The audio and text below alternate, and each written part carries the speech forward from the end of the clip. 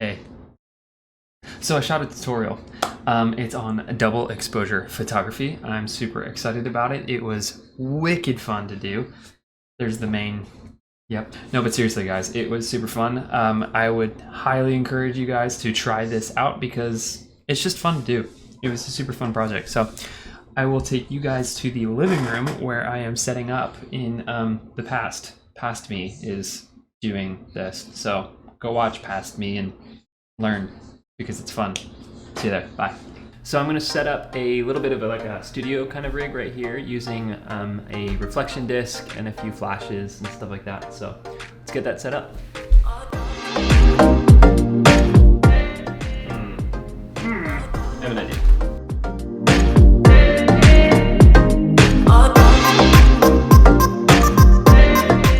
Get into position.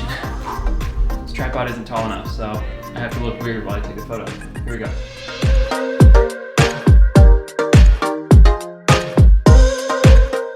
Pretty cool how that works. I think that actually might do it. That might be the photo. We can work with that. I think we did it. So now we're gonna go into Photoshop back in the office and find some photos to impose on top of that and get started. Here we go. This is where I'm at with it. It looks pretty cool, I'm not gonna lie. It looks cool, I do like it. But it's not what I'm going for. A few things I'm noticing is I definitely need that higher contrast. And the other thing is you kind of have to figure out what that photo is that you're gonna impose on top of first so that you can figure out the composition of the other photo.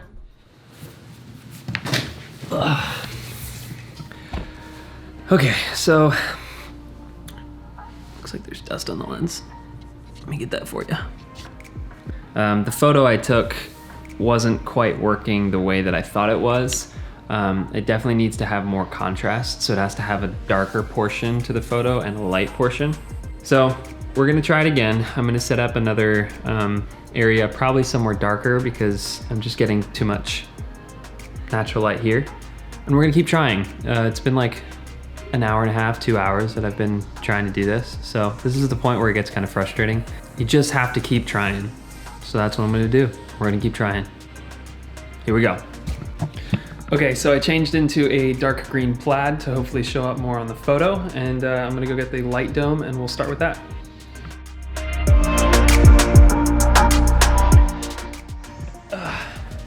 Ooh, hitting stuff, okay. We are getting places.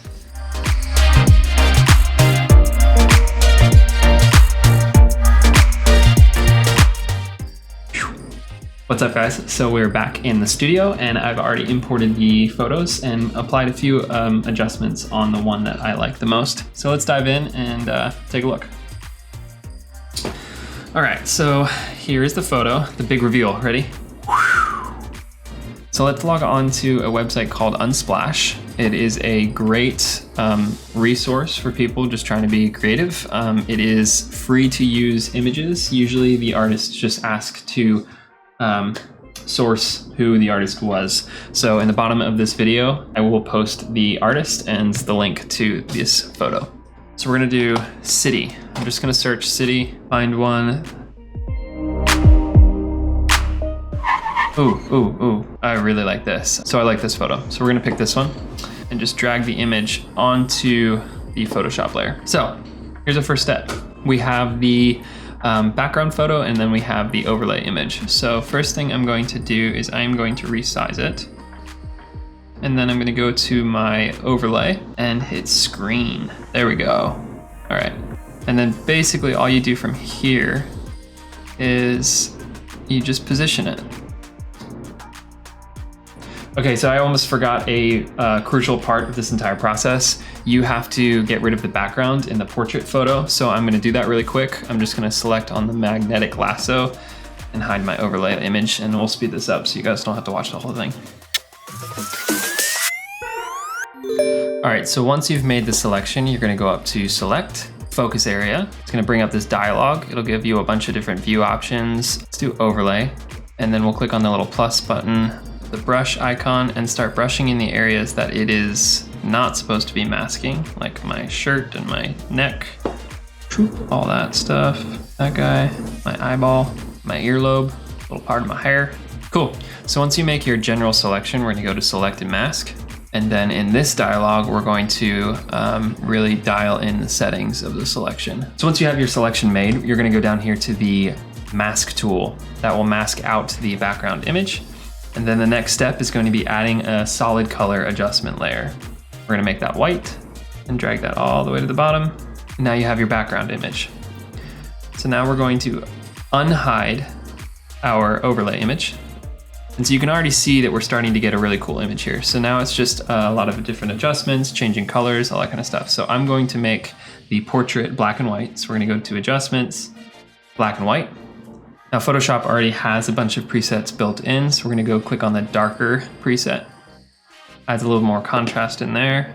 And then to add even more, I'm going to go to adjustments and levels. I'm gonna start playing with the faders, the highlight fader, the gray, and this is really just tweaking it to what you like. Another thing you can do is add another layer on top of our portrait. Now we're gonna make it a clipping mask so that it only affects this layer. And then we're gonna grab our brush tool, make sure that the color is black, and then anything we paint, it will get rid of the image behind and only show the overlay. So we're gonna go around some of these edges. So I'm going to use the photo raw filter. In order to do that, I'm going to merge all of these in a new layer. So on Windows, the shortcut for that is Control-Shift-Alt-E. Perfect. On Mac, it's Shift-Command-Option-E. And now we have an image on top, and we're gonna go to Filter, Camera Raw Filter. It'll bring up a new dialog for us, eventually, when the computer decides to not freeze. So it's gonna bring up this dialog box. So now we can start adding some adjustments to the color. My rule of thumb is a little goes a long way. So if you make small adjustments on each of these, you get a really good looking photo that doesn't look over photoshopped.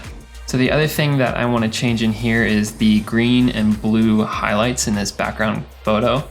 So we're gonna go to our HSL tab and we're gonna start playing with these colors. So, ooh, I like the yellow of the cabs, that's pretty good. Then we're gonna bring up the green level, almost completely to yellow. Same with aquas, we're gonna go almost all the way to green. Okay, now we're gonna go to saturation. We can completely get rid of greens. Yellows we don't wanna get rid of because that is our beautiful contrasty cabs. We'll make a few final adjustments on that image. And there you go. We learned together. I love it. This whole thing was super fun and it's so easy to do. I hope this video inspires you guys to start doing your own projects like this. Maybe go out and do your own double exposure. It's super fun and it looks pretty rad when you're finished. I hope you guys enjoyed. Hit the subscribe button, the bell icon, like the video, do all the things, and I will see you guys in the next video. Peace.